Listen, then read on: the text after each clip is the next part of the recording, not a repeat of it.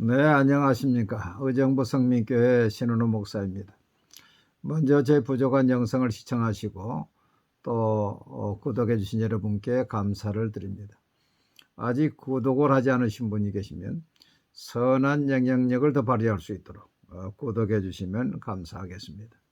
오늘은 윤 대통령의 대일 외교는 굴욕 외교인가 라는 제목으로 잠깐 생각해 보고자 합니다. 윤 대통령의 대일 외교를 굴욕 외교라고 민주당은 연일 성토하고 있습니다. 이재명 대표는 대통령이 나라를 팔았다고 국칠이라고 말하고 있고, 천주교회 정의구현사재단은 윤석열 대통령이 마귀가 들려서 국월 외교를 했다, 고로 퇴진해야 된다고 주장을 하고 있습니다. 과연 윤 대통령이 대일 외교를 망친 것인가?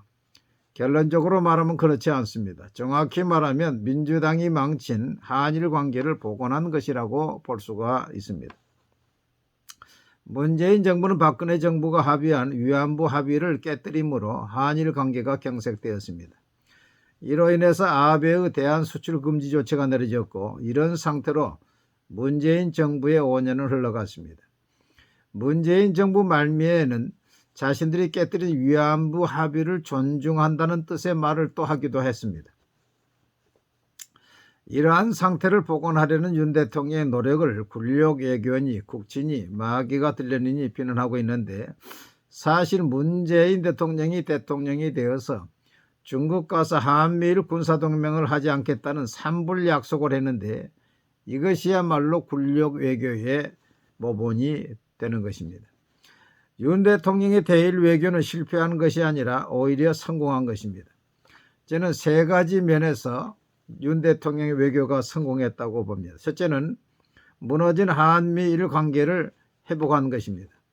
북한, 중국, 러시아가 동맹하듯이 한국, 일본, 미국이 동맹해서 대항해야 되는데, 문재인 정부 때는 친북, 친중 외교를 펼침으로 인해서 이제 한미일 관계가 깨뜨려졌고, 이제 군사훈련에서도 빠지고 군사정보에서도 제한을 받고, 이제 이러한 의심스러운 눈초리를 받게 되었던 것을 이제 회복한 것입니다. 둘째로 대인의 모습을 보여주었다고 봅니다. 일본은 소인의 모습을 보여주고 있습니다. 자신들이 저지른 죄를 인정하지도 않고 배상하지도 않겠다는 것입니다. 이것이 소인의 모습입니다. 같은 전쟁을 일으킨 독일은 유대인에 대한 잘못을 시간이 있을 때마다 사죄하고 있고 또 배상도 했습니다. 남아공의 대통령을 지낸 넬슨 만델라는 자신을 감옥에 보내서 26년 동안 가둔 백인 정권을 용서했습니다.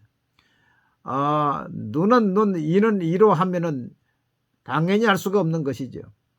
윤석열 대통령도 오히려 피해자의 입장에서 먼저 손을 내밀며 일본이 배상하지 않겠다면 우리가 배상하겠다. 이 얼마나 멋있고 통큰 외교입니까? 이러므로 인해서 윤석열 대통령은 우리의 자존심을 높이고 국격을 높이고 도덕적 우위를 점령하고, 그리고 일본을 부끄럽게 만든 외교적 승리가 되는 것입니다. 세 번째, 생산적인 미래를 열었습니다. 벌써 일본은 컴퓨터 핵심 부품 3가지에 대한 수출을 허용했습니다. 앞으로 양국은 경제, 외교, 군사면에서 많은 발전이 있을 것으로 기대가 됩니다.